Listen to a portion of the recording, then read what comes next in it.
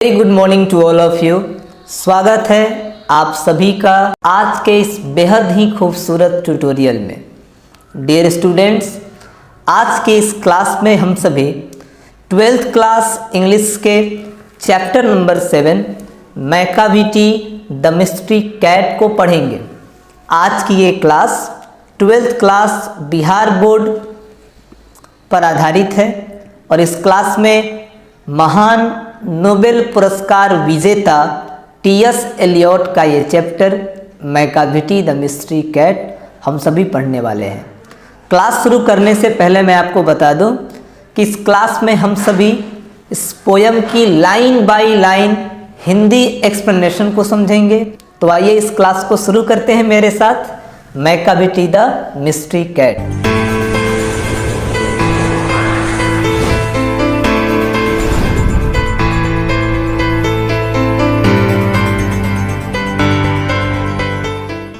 तो dear students, जैसा कि आप देख रहे हैं मैकाविटी द मिस्ट्री कैट एक लाइट पोयम है। ये एक होमरस पोयम भी है, हास्यप्रद कविता है ये, जिसे टी.एस. एलियट ने लिखा था।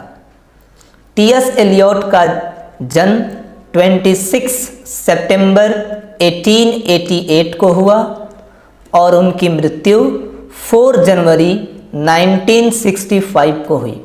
मेरा एक रिक्वेस्ट है आप सभी से कि आप सभी बिहार बोर्ड इंग्लिश की जो बुक है रेनबो, उस बुक में 11 चैप्टर्स हैं प्रोज के और 10 चैप्टर्स हैं पोएट्री के। तो जितने भी चैप्टर के राइटर्स हैं, जो ऑथर्स हैं, उनकी मृत्यु कब हुई थी, उनका जन्म कब हुआ था, उस सन को आप जरूर याद कीजिएगा। इससे एग्ज़ाम में ऑब्जेक्टिव क्वेश्चंस पूछे जाते हैं। तो जैसे कि टी.एस. एलियट का जन्म हुआ 1888 में और इनकी डेथ हुई 1965 में, ये हमें याद रखना है। और जानते हैं लेखक के बारे में। इसमें आपने जाना कि मैकाविटी द मिस्ट्री कैट एक लाइट पोयम है या फिर एक होमरस पोयम है।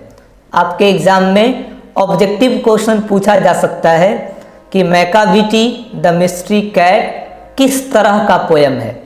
तो जो 4 आपको ऑप्शंस मिलेंगे उनमें से हो सकता है एक ऑप्शन लाइट पोयम का हो या फिर ये भी हो सकता है कि कोई एक ऑप्शन होमरस पोयम का हो।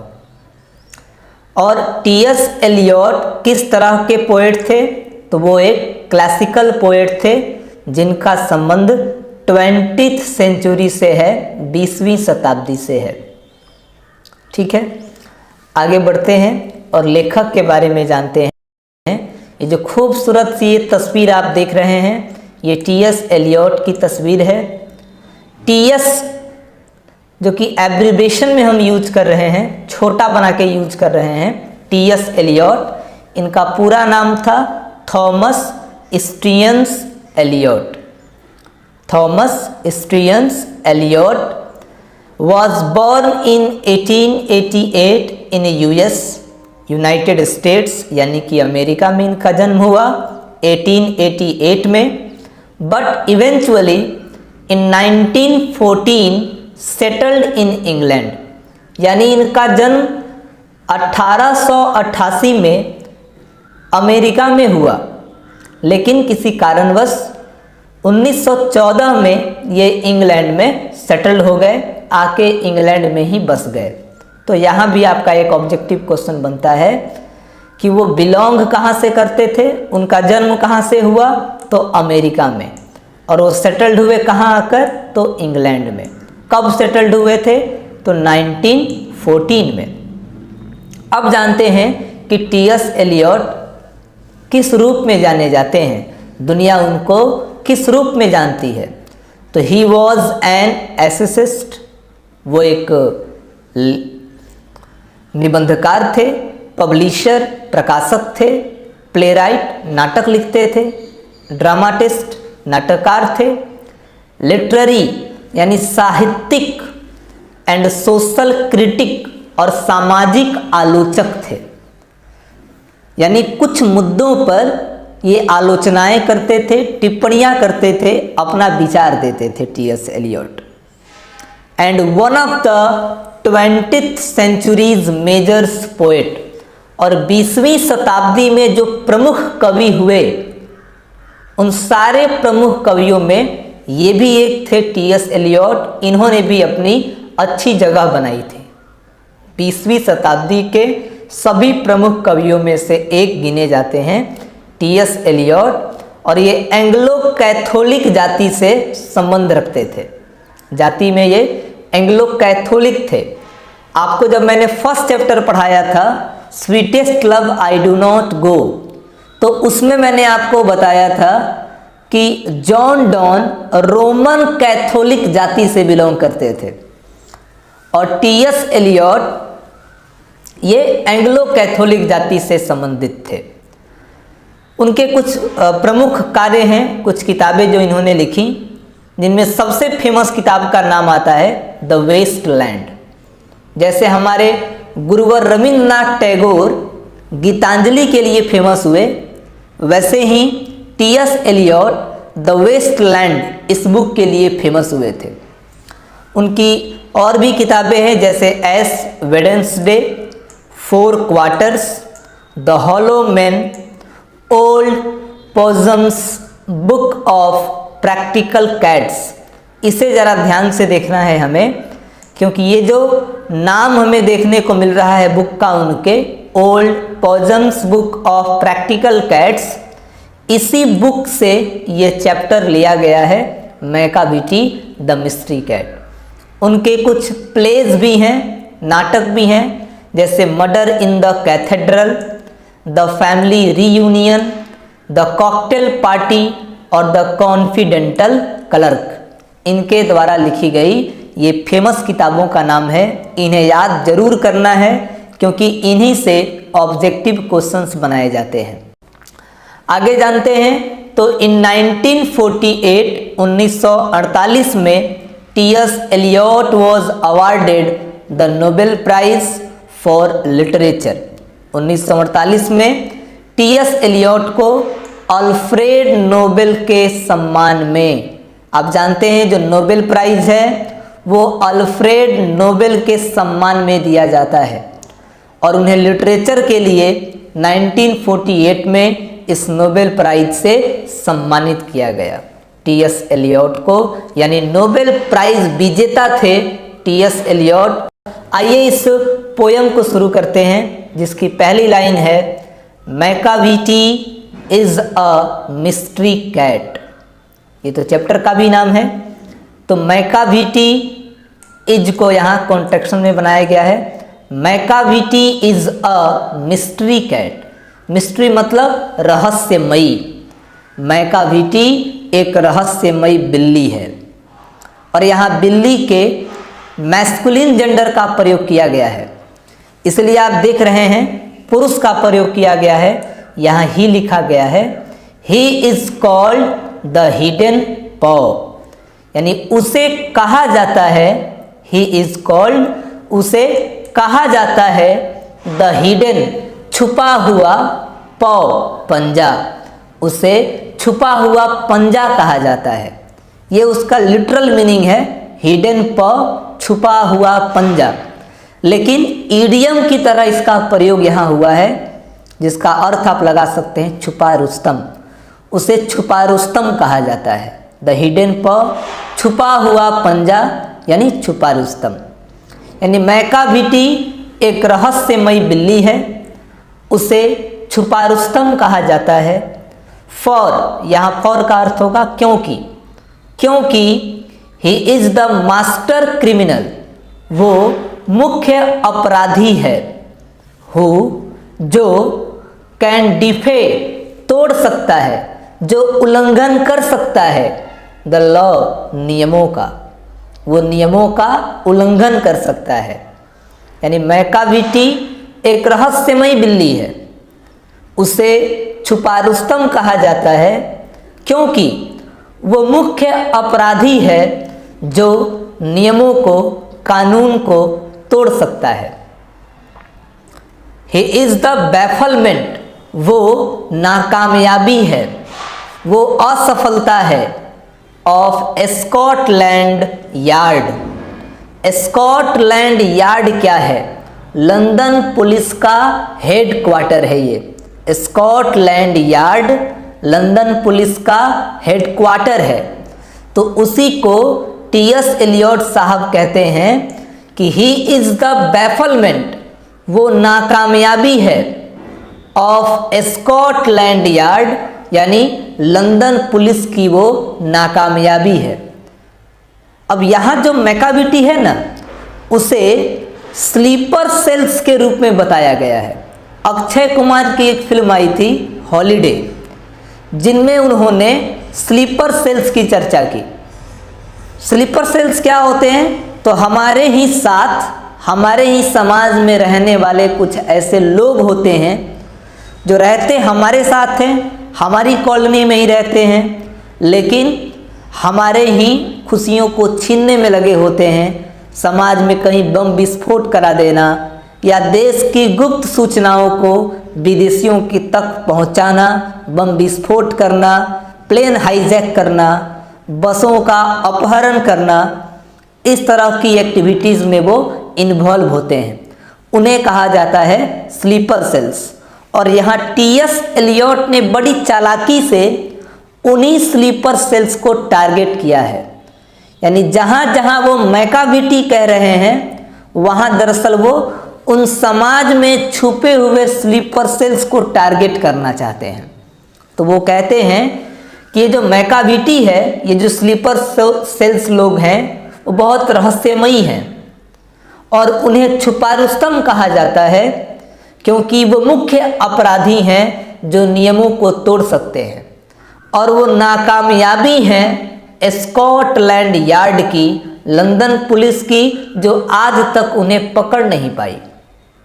The Flying Squad disappear.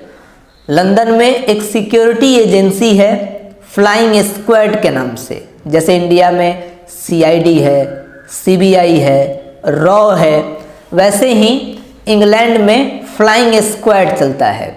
तो फ्लाइंग स्क्वाड के लिए भी वो निराशा है।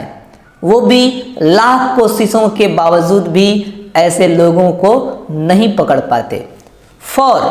क्योंकि व्हेन दे रीच, जब वे पहुंचते हैं द सीन ऑफ क्राइम, घटना के स्थल पे, घटना वाली जगह पे, मैकाविटी इज नॉट देयर, उस समय मैकाविटी वहाँ होता ही नहीं है। जब वो घटना के स्थल पे पहुँचते हैं तो मैकाविटी उस समय वहाँ नहीं रहता, वो भाग चुका होता है। तो ये लाइन है, मैं एक बार फिर से पढ़ देता हूँ। Macavity is a mystery cat. Macavity एक रहस्यमयी बिल्ली है। यहाँ स्लीपर सेल्स को टारगेट किया गया है। तो मैकाविटी एक रहस्यमयी बिल्ली है। ही इज कॉल्ड, उसे कहा जाता है द हिडन पॉ, छुपा रुस्तम। क्योंकि he is the master criminal, वो मुख्य अपराधी है। हु कैन डिफे द लॉ, जो नियमों को तोड़ सकता है। ही इज द बैफलमेंट, वो नाकामयाबी है ऑफ स्कॉटलैंड यार्ड, यानी स्कॉटलैंड यार्ड की वो नाकामयाबी है। द फ्लाइंग स्क्वाड्स डिसअपियर, और फ्लाइंग स्क्वाड की वो निराशा है। फ्लाइंग स्क्वाड निराश है, उसे पकड़ नहीं पाता है, वो गायब हो जाती है। क्योंकि व्हेन दे रीच, जब वे पहुंचते हैं द सीन ऑफ क्राइम, घटना स्थल पर, मैकाविटी इज नॉट देयर, तो मैकाविटी वहाँ पर होता ही नहीं है। मैकाविटी एक रहस्यमयी बिल्ली है, उसे छुपा रुस्तम कहा जाता है, क्योंकि वो मुख्य अपराधी है जो नियमों को तोड़ सकता है। वो असफलता है स्कॉटलैंड यार्ड की, फ्लाइंग स्क्वाड की, क्योंकि जब वे घटना स्थल पे पहुंचते हैं तो मैकाविटी वहाँ पे होता ही नहीं है। ये था पहले स्टेंजा का अर्थ। अब हम आते हैं अपने सेकेंड स्टेंजा की तरफ। सेकेंड स्टेंजा में पोएट कहता है Macavity, Macavity, there is no one like Macavity, यानी मैकाविटी मैकाविटी मैकाविटी के जैसा तो कोई है ही नहीं। देयर इज़ नो वन, कोई नहीं है, लाइक मैकाविटी, यानी मैकाविटी के जैसा, मैकाविटी की तरह। मैकाविटी मैकाविटी मैकाविटी की तरह कोई नहीं है। ही हैज़ ब्रोकन, उसने तोड़ा है, एवरी ह्यूमन लॉ, सभी मानवीय नियमों को, उसने सभी मानवीय नियमों को तोड़ा है। हिज ब्रेक्स, वो तोड़ देता है, द लॉ ऑफ ग्रेविटी, गुरुत्वाकर्षण के नियमों को भी वो तोड़ देता है, वो आकाश में छलांग मार जाता है। His broken every human law, उसने सभी मानवीय कानूनों को तोड़ा है। ही ब्रेक्स, वो तोड़ देता है, द लॉ ऑफ ग्रेविटी, गुरुत्वाकर्षण के नियम को भी। His powers of levitation, levitation यानी छल, छल करना, छल करने की उसकी जो शक्तियां हैं, वुड मेक फकीर, वो किसी फकीर को बना देंगी स्टेयर, असहाय, अचलस्त। यानी जो फकीर लोग हैं, जो ये दावा करते हैं कि भविष्य के बारे में उनको जानकारी है, अपने तंत्र मंत्रों से वो किसी घटना को रोक सकते हैं, वे भी असहाय महसूस करते हैं। इतनी छल करती है मैकाविटी, इतना उसके पास छल है। तो हिज पावर ऑफ लेविटेशन, उसके छल करने की शक्तियाँ, वुड मेक अ फकीर स्टेयर, फकीरों को भी निहत्था कर दे।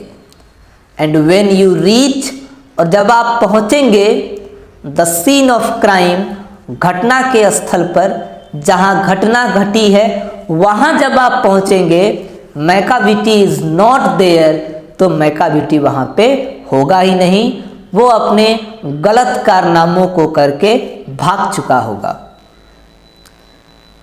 अब कवि बताते हैं कि आप कहाँ कहाँ देख सकते हैं उसे। You may seek him in the basement, आप उसे जमीन के अंदर जो घर बने होते हैं जिन्हें हम बेसमेंट कहते हैं, आप उसे बेसमेंट में खोज सकते हैं। आप अगर खोजें तो वो आपको जमीन के अंदर बने घरों में मिलेगा। You may look up in the air, आप ऊपर हवा में उसे उड़ता हुआ देख सकते हैं। बट, लेकिन, I tell you once and once again, कवि कहता है लेकिन फिर मैं आपको बता दे रहा हूँ, मैकाविटी इज नॉट देयर। अगर कोई गलत काम हो गया तो मैकाविटी वहाँ पे होगा ही नहीं। आपके जांच पड़ताल करने से, आपकी इंक्वायरी करने से कुछ नहीं होने वाला, क्योंकि वो अपने गलत कारनामों को करके भाग चुका है। मैकाविटी वहाँ नहीं है। इस सेकेंड स्टेंजा है, इससे हम एक बार और पढ़ देते हैं। Macavity Macavity, there is no one like Macavity, यानी मैकाविटी मैकाविटी मैकाविटी के जैसा कोई नहीं है। He has broken every human law, उसने सभी मानवीय कानूनों को तोड़ा है। ही ब्रेक्स, वो तोड़ देता है, द लॉ ऑफ ग्रेविटी, गुरुत्वाकर्षण के नियम को भी वो तोड़ देता है। हिज पावर्स ऑफ लेविटेशन, छल करने की उसकी शक्तियाँ, वुड मेक अ फकीर स्टेयर, वो किसी फकीर को भी निहत्था कर दें, किसी फकीर को भी वो असहाय कर दें। एंड व्हेन यू रीच, और जब आप पहुंचते हैं, द सीन ऑफ क्राइम, घटना के स्थल पर, मैकाविटी इज नॉट देयर, तो मैकाविटी वहाँ पे होता ही नहीं है। You may seek him in the basement, आप जमीन के अंदर बने घरों में उसे खोज सकते हैं, वो आपको वो मिल सकता है। You may look up in the air, आप आकाश में उसे उड़ता हुआ देख सकते हैं हवा में। बट, लेकिन, आई टेल यू, मैं आपको बता दूं, वंस एंड वंस अगेन, एक बार फिर मैं आपको बता दे रहा हूं, मैकाविटी इज नॉट देयर, कि अगर कोई बुरी घटना घट गई तो मैकाविटी आपको वहां मिलेगी ही नहीं, वो अपने गलत कारनामों को करके भाग चुका होगा। ये सेकेंड स्टेंजा था। अब हम थर्ड स्टेंजा को पढ़ते हैं। थर्ड स्टेंजा में कवि मैकाविटी का फिजिकल अपीयरेंस कैसा है, वो देखने में कैसा है, उसका वर्णन करता है। और कवि कहता है कि Macavity is a ginger cat, सातिर, चालाक। मैकाविटी एक बहुत ही चालाक बिल्ली है। ऐसे लोग बड़े चालाक होते हैं, समाज में छुपकर समाज को परेशान करने वाले लोग बहुत चालाक होते हैं। ही इज़ वेरी टॉल, वो बहुत लंबा है, एंड थीन, और पतला है। यू वुड नो हिम, आप जान जाएंगे, इफ़ यू सा हिम, अगर आपने उसे देखा हो। अगर आपने मैकाविटी को देखा हो तो देखते आप पहचान जाइएगा। क्यों? तो कुछ गुण बता रहा है अब उसका। फॉर, क्योंकि, हिज आइज, उसकी आँखें, आर संकेन इन, संकेन धसी हुई हैं अंदर की तरफ, उसकी आँखें अंदर की तरफ धसी हुई हैं। हिज ब्रो, और उसकी जो भवें हैं, इज डीपली लाइंड, उनके ऊपर गहरी रेखाएं हैं। जैसे हम सोचते हैं कभी कभी तो सर पे जो रेखा बनती है ये भवों के आस, वही कहता है हिज ब्रो, उसकी भवें, इज डीपली लाइंड, उन पे गहरी रेखाएं हैं, विद थॉट, सोचने से, विचार करने से उसके भवें पर रेखाएं हैं गहरी। हिज हेड, और उसका जो सर है, हाईली डोम्ड, वो बहुत ज़्यादा गुंबद की तरह से बिल्कुल गोल है। हिज कोट, और उसका जो बाहरी आवरण है, जो रोएं पाए जाते हैं बिल्लियों के शरीर पर चारों तरफ से, रोआ होता है ना, बाल होता है जो, तो वही कह रहा है हिज कोट, उसका जो आवरण है, बाहर से जो उसका शरीर है, इज डस्टी, वो गंदा है, फ्रॉम नेग्लेक्ट, नज़रअंदाज करने से। मैकाविटी वो क्या कर रहा है, अपने शरीर पर ध्यान नहीं देता, उसका शरीर बाहर से बहुत गंदा है। हिज विस्कर्स, उसकी जो मूछें हैं, आर अनकॉम्ड, बिखरी हुई हैं। कॉम्ड का मतलब कंघी किया हुआ, यानी सजा धजा अच्छे से, और अनकॉम्ड का मतलब बिखरा हुआ, उसकी मूछें बिखरी हुई हैं।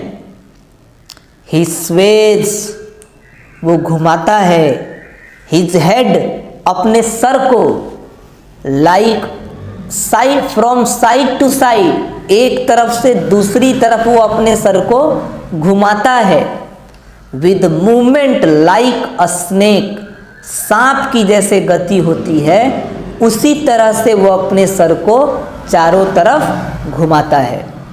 एंड वेन यू थिंक, और जब आपको लगेगा, ही इज हाफ एजलीप, कि वो आधा सोया है, आधा जगा हुआ है, तो भाई साहब आप गलत हैं। क्यों? क्योंकि he is always wide awake, क्योंकि वो हमेशा वाइड अवेक रहता है, चौकन्ना रहता है, सतर्क रहता है। कभी यहाँ बताना चाहता है कि कभी कभी पुलिस मान लेती है, लोग मान लेते हैं कि अब खतरा टल गया, अब समाज में बुराइयां धीरे धीरे कम हो रही हैं, तभी दुनिया के किसी हिस्से से सुनाई पड़ता है कि यहाँ बम विस्फोट हो गया, यहाँ प्लेन हाईजैक कर लिया गया है, स्कूली बच्चों के बस का अपहरण हो गया है। तो जब हमें लगता है कि ये क्रिमिनल्स लोग अब साइलेंट हो गए हैं, तो हम गलत होते हैं, क्योंकि वो चौकन्ना हैं और वे अवसर की तलाश में हैं, मौके की तलाश में हैं, वो कोई मौका ढूंढ रहे हैं फिर से घात करने का। मैं फिर से बता देता हूँ कि मैकाविटी एक सातिर, एक चालाक बिल्ली है, वो बहुत लंबा है और बहुत पतला है। यू वुड नो हिम, आप उसे पहचान लीजिएगा, पता लग जाएगा आपको, इफ़ यू सा हिम, अगर आपने उसे देखा हो। फॉर, क्योंकि, हिज आइज आर सनकेन इन, उसकी आंखें अंदर धसी हुई हैं। His bro is deeply lined with thoughts, और सोचने से, विचार करने से उसकी भवों पर गहरी रेखाएं हैं। His head is highly doomed, उसका सिर बहुत ही गुंबद की तरह से गोल है। His coat is dusty from neglect, और नज़रअंदाज करने से उसका जो कोट है, उसका जो बाहरी आवरण है शरीर का, वो गंदा हो चुका है। He sways his head from side to side, वो अपने सर को ऐसे घुमाता है with movement like a snake, जैसे सांप की गति हो, सांप की तरह वो अपने सर को घुमाता रहता है। एंड व्हेन यू थिंक, और जब आपको लगता है, ही इज हाफ एस्लीप, कि वो अर्धसुप्त है, आधा सोया है, आधा जगा है। He is always wide awake, तो वो हर समय सचेत रहता है, जगा रहता है, चौकन्ना रहता है। ये थर्ड था। अब हम आगे की स्टेंजा पे आते हैं। फिर कवि उसी लाइन को दोहराता है और कहता है, Macavity Macavity there is no one like Macavity, यानी मैकाविटी मैकाविटी मैकाविटी के जैसा कोई नहीं है। फॉर, क्योंकि he is a fiend in feline shape, fiend in feline shape का मतलब है बिल्ली के रूप में प्रेतात्मा, बिल्ली के रूप में कोई दैत्य पिशाच, क्योंकि वो बिल्ली के रूप में एक दैत्य है, एक निशाचर है। अ मॉन्स्टर, एक पिशाच है। ऑफ डिप्रेविटी, भ्रष्टता का, भ्रष्टता का, गलत कामों का वो पिशाच है। यू मे मीट हिम, आप उससे मिल सकते हैं। इन अ बाई स्ट्रीट, गलियों में। यू मे सी हिम, आप उससे देख सकते हैं। इन द स्क्वायर, चौराहों पर। बट, लेकिन, when a crime is discovered, जब किसी क्राइम का, जब किसी जुर्म का, किसी अपराध का खुलासा होता है, जब पता चलता है कि कोई अपराध हुआ है, then Macavity is not there, तो मैकाविटी वहाँ पर होता ही नहीं है, वो भाग चुका होता है। तो Macavity Macavity there is no one like Macavity, यानी मैकाविटी मैकाविटी मैकाविटी के जैसा कोई नहीं है। For he is a fiend in feline shape, क्योंकि वो बिल्ली के रूप में एक प्रेतात्मा है। अ मॉन्स्टर ऑफ डिप्रेविटी, भ्रष्टता का, गलत कामों का तो वो पिशाच है। You may meet him in a by street, आप गली में उससे मिल सकते हैं। You may see him in the square, चौराहों पर आप उसे देख सकते हैं। But when a crime is discovered, पर जब पता चलता है कि कोई घटना घट गई, कोई अपराध हो गया, तो मैकाविटी वहाँ पर नहीं होता, वो वहाँ से भाग चुका होता है। तो आप देख रहे हैं कि बहुत हद तक टी.एस. एलियट ये बताने का प्रयास कर रहे हैं कि समाज में छुपे ये आतंकवादी प्रवृत्ति के लोग जल्दी पकड़ में नहीं आते, बहुत चालाक किस्म के होते हैं और वो हमारे साथ रहते हैं, पर जब गलत कारनामों का पता चलता है तो वो गायब रहते हैं, वो भाग चुके होते हैं। अगले लेसन की ओर बढ़ते हैं, अगले चैप्टर की ओर बढ़ते हैं। तो अगली स्टेंजा में पोएट कहता है कि he is outwardly respectable, outwardly यानी बाहर से देखने में, रिस्पेक्टेबल इज्जतदार है, सम्माननीय है। मैकाविटी बाहर से देखने में बड़ा इज्जतदार है, सम्माननीय है। दे से वे कहते हैं, लोग कहते हैं, ही चीट्स, धोखा देता है वो, एट कार्ड, ताश के पत्तों में भी, ताश के पत्तों की तरह धोखा देता है वो। तो मैकाविटी बाहर से देखने में बहुत इज्जतदार है। एंड हिज फुट प्रिंट्स, कदमों के निशान यानी गुनाहों के सबूत। एंड हिज फुट प्रिंट्स, और उसके कदमों के निशान, उसका कोई सबूत, आर नॉट फाउंड, नहीं मिलता, इन एनी फाइल, किसी भी फाइल में, किसी भी दस्तावेज में, of Scotland yards, Scotland yard के, यानी लंदन पुलिस के किसी भी दस्तावेज में, किसी भी फाइल में मैकाविटी के कारनामों का कोई सबूत नहीं मिलता। एंड व्हेन द लार्डर्स लूटेड, लार्डर मतलब गोदाम, और जब लार्डर्स लूटेड कोई गोदाम लूट लिया जाता है। एंड द जेवल केस, जैसे सूट को रखने वाला केस सूट केस, वैसे ही ज्वेलरी को, गहनों को रखने वाला केस जेवल केस। जब कोई जेवल केस, जब कोई गहनों का संदूक इज रिफल्ड, खाली कर दिया जाता है, यानी जब गहने चोरी हो जाते हैं संदूक से, और when the milk is missing, और जब दूध गायब हो जाता है, और अनदर पेक हैज़ बीन स्टीफल्ड, या फिर और भी कोई बुरी घटना घट जाती है, एंड और the green house glass is broken, और जब ग्रीन हाउस के शीशे टूट गए होते हैं। ग्रीन हाउस आपने पढ़ा होगा 9th 10th में, खेती किया जाता है शीशे के घर में बनाकर।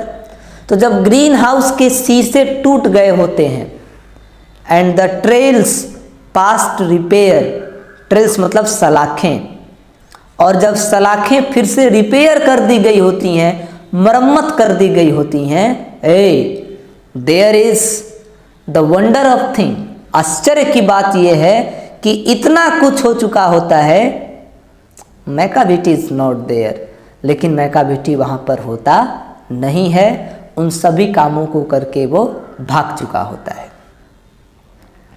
तो क्या है इसमें कि ही इज़ आउटवर्डली रिस्पेक्टेबल, बाहर से देखने में वो बहुत इज्जतदार है। लोग कहते हैं कि वो ताश के पत्तों की तरह धोखा देता है, और उसके कदमों के निशान स्कॉटलैंड यार्ड के किसी भी फाइल में नहीं मिलते। जब कोई गोदाम लूट लिया जाता है, या फिर गहनों का कोई बक्सा जब खाली हो जाता है, गहने उसमें से चोरी हो जाते हैं, जब दूध गायब हो जाता है, या दूसरी कोई घटना घट जाती है, या जब ग्रीन हाउस के शीशे टूट गए होते हैं, सलाखों को फिर से रिपेयर कर दिया गया होता है, इतनी सारी घटनाएं घट जाती हैं, पर आश्चर्य की बात यह है कि मैकाबिटी वहाँ पर नहीं होती। हम आगे का स्टेंजा देखते हैं, और इसमें कहा जा रहा है कि एंड व्हेन, और जब द फॉरेन ऑफिस, विदेशी कार्यालय को, जब कोई विदेशी कार्यालय फाइंड पाता है, अ ट्रीटी, जो संधि हुई है दो देशों के बीच में, गॉन एस्ट्रे, वो टूट चुकी है, खारिज हो चुकी है। जब किसी विदेशी कार्यालय को पता चलता है कि देशों के बीच की संधियां टूट चुकी हैं, और the Admiralty lose some plans and drawing by the way, और जब नौसेना के अधिकारियों को पता चलता है कि उन्होंने जो कुछ प्लानिंग की थी पेज पर ड्रॉ करके, वो पेज ड्राइंग जो उन्होंने प्लान किया था, जो उन्होंने मंत्रणा की थी, बैठ करके जो योजना बनाई गई थी, वो पेपर ही गायब हो चुका है। तो there may be a scrap of paper, कागज के कुछ टुकड़े हो सकते हैं, इन द हॉल में, और ऑन द स्टेयर, या सीढ़ियों पर। यानी ये बुरी प्रवृत्ति के लोग दो देशों के बीच की संधियों को भी तोड़ देना चाहते हैं। अमन चैन इनको पसंद नहीं है।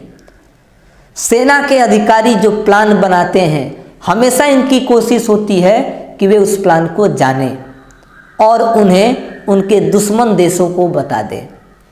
तो जब विदेशी ऑफिस को पता चलता है कि संधि टूट चुकी है, या जब सेना के अधिकारी खो देते हैं अपनी योजनाओं वाले उस पेपर को जिस पे उन्होंने ड्रॉ किया था, तो कुछ पेपर हॉल में या सीढ़ियों पे बिखरे हुए मिलते हैं। But it is useless to investigate, लेकिन इन्वेस्टिगेट करना, जांच पड़ताल करना बेकार है, कोई मतलब नहीं है उसका, क्योंकि मैकाबिटी इज़ नॉट देयर, क्योंकि गलत कामों को करने के बाद मैकाबिटी वहाँ पर नहीं होता। And when the loss has been disclosed, और जब किसी हानि का, किसी नुकसान का खुलासा होता है, तो द सीक्रेट सर्विस सेज, तो गुप्त रूप से काम करने वाली एजेंसियां कहती हैं, it must have been Macavity, जरूर ये मैकाबिटी का ही काम है। बट लेकिन he is a mile away, वो मीलों दूर है। You will be sure to find him resting, और अगर आप उसे खोजने जाएं तो निश्चित रूप से आप पाएंगे कि वो कहीं आराम कर रहा हो। और लिकिंग ऑफ हिज थम्स, या अपने अंगूठे को चाट रहा हो। और इंगेज्ड, या फिर वो हो सकता है कि इंगेज हो, बिजी हो, व्यस्त हो, in doing complicated long division sums, किसी जटिल काम को अंजाम देने में, गुणा भाग करने में वो व्यस्त मिल सकता है। यानी and when the foreign office find a treaty gones ashtray, जब विदेशी कार्यालय को पता चलता है कि संधि टूट चुकी है, या जब सेना के अधिकारी जो प्लान बनाए होते हैं, ड्रॉ किए होते हैं, वो पेपर खो जाता है उनका, कागज के कुछ टुकड़े हॉल में या सीढ़ियों पे पड़े मिल सकते हैं, लेकिन इसकी जांच पड़ताल करने से कुछ होने वाला नहीं है, क्योंकि मैकाविटी वहाँ नहीं है। और जब किसी हानि का, किसी नुकसान का खुलासा होता है, तो गुप्त रूप से काम करने वाली जो एजेंसियां हैं वो ये कहती हैं कि 110% ये मैकाविटी ही हो सकती है, लेकिन वो तो मीलों दूर है और कहीं ना कहीं बैठ के वो आराम कर रही है, या अपने अंगूठे को मुंह से चाट रहा है। और हो सकता है ये भी कि वो इंगेज हो किसी बहुत जटिल काम को करने में, किसी प्लानिंग बनाने में, जोड़ घटाव करने में वो कहीं ना कहीं व्यस्त है। यानी वो हमेशा इंगेज रहते हैं, उनके दिमाग में हमेशा कुछ ना कुछ चलता रहता है कि कैसे बुरी घटनाओं को अंजाम दिया जाए। आगे देखते हैं, लास्ट स्टेंजा है ये। इसमें कहता है कवि की Macavity, Macavity there is no one like Macavity. Macavity, Macavity, Macavity के जैसा तो कोई है ही नहीं। There never was a cat of such deceitfulness and suavity, यानी कभी नहीं हुआ ऐसा कोई बिल्ली, इतनी धूर्तता जिसके अंदर भरी हुई हो और जो इतना मधुर बोलने वाला हो। अक्सर मीठे बोलने वाले लोग बड़े खतरनाक होते हैं। तो मैकाविटी के जैसा कोई नहीं है, और आज तक ऐसा कोई बिल्ली नहीं हुआ जो इतनी दुष्टता उसके अंदर भरी हुई हो और वो इतना मधुर बोलता हो। ही ऑलवेज हैज़ एन अलीबी, बहाना, उसके पास हमेशा कोई ना कोई बहाना होता है। एक दो बहाने को तो वो स्पेयर में रखता है, अतिरिक्त बहाने रखता है वो। क्यों? क्योंकि at whatever time the deed to place, किसी भी समय कोई घटना अगर घट जाए तो मैकाविटी ये कह सके कि मैकाविटी वाजंट देयर, मैकाविटी वहाँ था ही नहीं। इसके लिए बहाने वो पहले से बना के रखता है। एंड दे से, और लोग कहते हैं, ऑल द कैट्स, जितनी भी बिल्लियाँ हैं, वोज विक्ड डीड्स, जिनकी काली करतूतें, विक्ड डीड्स, काली करतूतें, आर वाइडली नोन, चारों तरफ फैली हुई हैं। यानी जितनी भी बिल्लियां हैं जिनकी काली करतूतें चारों तरफ लोग जानते हैं, are nothing more than agent, वो एजेंट से ज़्यादा कुछ नहीं है। फॉर द कैट, उस बिल्ली के ये लोग एजेंट हैं, हु ऑल द टाइम, जो हर समय, जस्ट कंट्रोल देयर ऑपरेशंस, उनके कार्यों को नियंत्रित करता है, मिशन को वो नियंत्रित करता है। यानी मुख्य अपराधी कोई और है, और जितनी ये घटनाएं घट रही हैं वो तो एजेंट लोग कर रहे हैं, मुख्य अपराधी कहीं और बैठा है जो सारे ऑपरेशन को कंट्रोल कर रहा है। He is the Napoleon of crime, वो जुर्म का बादशाह है, जुर्म की दुनिया का तो वो नेपोलियन है। और कवि ने यहाँ कहा है कि I might mention Mungojerrie, I might mention Griddlebone. मैंने दो तरह की बिल्लियों का जिक्र किया है, यहाँ मेंशन किया है, जिक्र किया है, मंगोजरी और ग्रिडलबोन। ये दो तरह की बिल्लियों की प्रजाति है जिसकी चर्चा पोएट ने की है।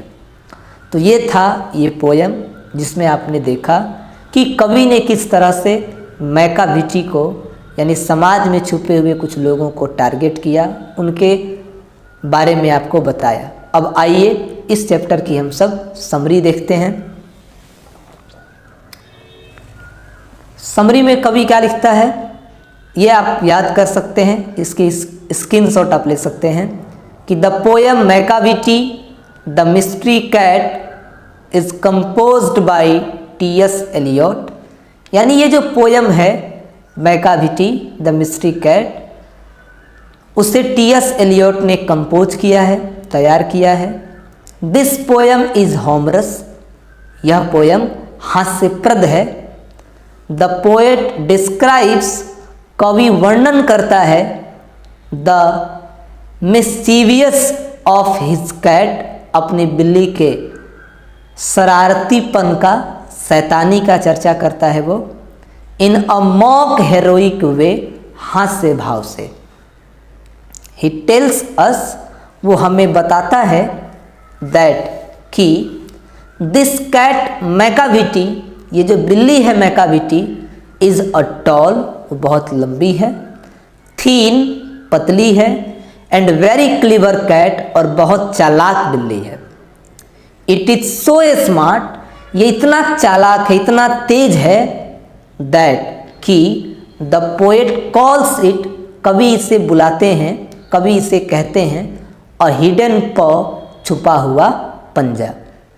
When it commits any crime, जब ये किसी गुनाह को, किसी अपराध को कर देता है, इट नेवर लिव्स, तो ये कभी नहीं छोड़ता है, बिहाइंड, पीछे, एनी साइन ऑफ क्राइम, गुनाह के किसी निशान को, किसी सबूत को।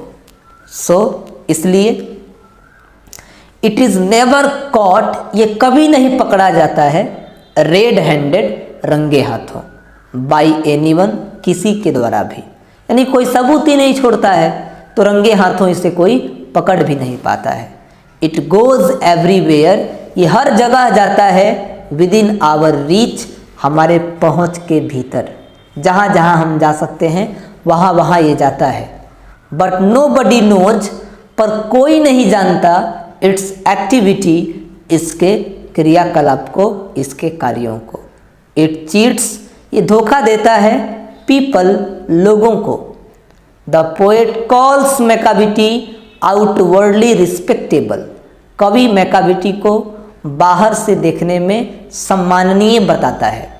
बिकॉज, क्योंकि there is no proof of his criminal activities, उसने गलत कुछ किया है, इसका कोई सबूत ही नहीं है किसी के पास, इसलिए उसे सम्मानजनक बताया जाता है। वेयर एवर इट गोज, जहाँ कहीं भी ये जाता है, it tries to steal something, कुछ ना कुछ ये चुराने की कोशिश करता रहता है। It steals meat from the meat safe, meat चुराता है ये मीट सेफ से, जहाँ मीट को रखा जाता है, जिस गोदरेज अलमीरा जैसा जो होता है जहाँ हम लोग खाना बनाए रखते हैं, वहाँ से मीट को चोरी करता है। ड्रिंक मिल्क, दूध को पीता है, एंड रन्स अवे, और भाग जाता है। It is not supposed to be an ordinary criminal, इसे साधारण मामूली आतंकवादी अपराधी नहीं माना जाता, बट बल्कि it is a master criminal, ये मुख्य अपराधी है, विच चीट्स, जो धोखा दे देता है, बोथ, दोनों को ही, चाहे वो ह्यूमन लॉज हो, मानव का बनाया हुआ कानून हो, as well as natural laws, या फिर प्रकृति का कानून हो। आपने पढ़ा था कि वो गुरुत्वाकर्षण को भी धोखा देता है। इट ऑलवेज कमिट्स क्राइम, यह हमेशा गुनाह करता है, but nobody catches it, पर कोई भी इसे पकड़ता नहीं है। It is the leader of gang, ये गिरोह का नेता है, ऑफ द क्रिमिनल्स कैट्स, यानी आतंकवादी जो बिल्ली हैं, आतंकवादी जो लोग हैं, उनका सरगना है ये, उनका मालिक है ये।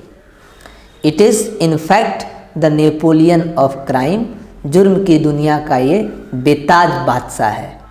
दिस इज़ वाई, इसीलिए the poet calls it the mystery cat, कवि इसे मिस्ट्री कैट कहता है, रहस्यमयी बिल्ली कहता है।